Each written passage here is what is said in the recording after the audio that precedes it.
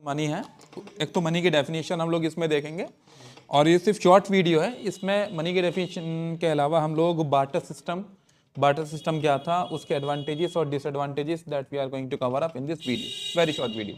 तो सबसे पहले अगर हम लोग बात करें मनी की, तो मनी की डेफिनेशन है anything which is commonly accepted as a medium of exchange. यानी कोई भी चीज अगर कॉमनली एक्सेप्टेड की जाती है, कॉमनली एक्सेप्टेड का मतलब है जिसको वहां के रहने वाले लोग एक्सेप्ट कर लेते हैं एक्सचेंज में, बाइंग एंड सेलिंग के, तो वो हमारी मनी बन जाती है। जैसे paper coins, paper currency, coins. अब जो हम लोग कॉइन्स वगैरह देखते हैं वो मेटल होते हैं, मिक्सचर वाले। पहले जो होते थे वो गोल्ड कॉइन्स होते थे, सिल्वर कॉइन्स होते थे, जिसको हम बाद में कवर अप करेंगे। अब जैसे इंडिया में अगर बात की जाए तो इंडिया में जो मनी है वो रुपी है और अमेरिका में जो है वो डॉलर है।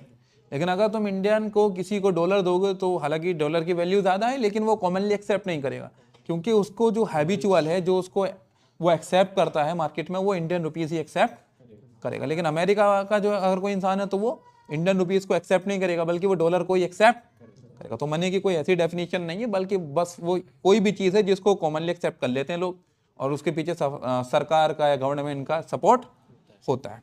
आगे हमारा बार्टर सिस्टम। तो बार्टर सिस्टम का मतलब क्या हुई, यानी वो सिस्टम जिसमें हम गुड्स के बदले में गुड्स एक्सचेंज करते हैं। और ये पहले बहुत ही ज़्यादा एप्लीकेबल था, अब भी एप्लीकेबल है, लेकिन ओनली स्मॉल अमाउंट, थोड़ा बहुत अब भी ये एप्लीकेबल है। गांव में देखते होगे तुम, बहुत सारे लोग जो है वो कभी कभी क्या होता है कि चीनी वगैरह दे देते हैं, चीनी के बदले में थोड़ा सा चावल ले आते हैं।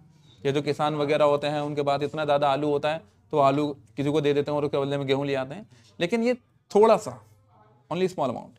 तो बार्टर सिस्टम समझ में आया। अब इसके एडवांटेजेस देखते हैं। पहला इसका एडवांटेज है फैसिलिटेटेड एक्सचेंज, कि कम से कम बार्टर सिस्टम की वजह से एक्सचेंज तो करना शुरू हुआ, वरना बार्टर सिस्टम से पहले तो एक्सचेंज नहीं होता था, जिसके पास जो सामान वो बना रहा था उसे ही वो कंज्यूम कर लेता था। लेकिन बार्टर सिस्टम में कम से कम गुड्स एक्सचेंज होना तो शुरू हो गया। अब इसके डिसएडवांटेजेस अगर देखे जाए तो 3 डिसएडवांटेजेस हैं। जैसे पहला है difficulty of double coincidence of bonds. इसका मतलब क्या है कि दो लोगों को सेम टाइम पर सेम रिक्वायरमेंट होना, अगर ये है तभी बार्टर सिस्टम एप्लीकेबल होगा, वरना तो नहीं होगा। जैसे कि एग्जांपल देख लेते हैं शॉर्ट में।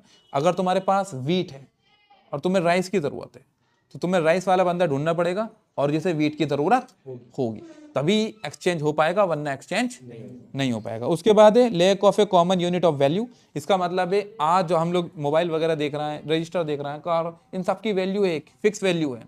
लेकिन उस टाइम पर बार्टर सिस्टम में जो हमारे पास चीजें होती थी, चाहे वो ग्रेन के रूप में हो, अनाज के रूप में या कैटल्स के रूप में हो, हमें उनकी वैल्यू नहीं पता थी कि हमारे पास जो बफलोज है, जो काव है, जो गॉट है, जो कैमिल है, उनकी वैल्यू एक्चुअली में क्या है। उसके अलावा है हमारा lack of a system for storage of value, मतलब उनको स्टोर करने में बहुत ज्यादा परेशानी हमें आती थी। इतने बहुत सारे अनाज को हम लोग कहाँ स्टोर करें, कैसे सेव वगैरह करें, खराब भी हो जाता है। लेकिन आज मनी में ऐसा नहीं है, मनी को आप जितना चाहो उतना स्टोर कर सकते हो, वो भी इलेक्ट्रिकल फॉर्म वगैरह भी, जिसको हम बाद में सीखेंगे।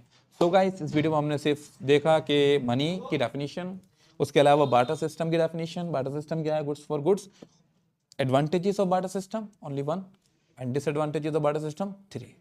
Thank you guys.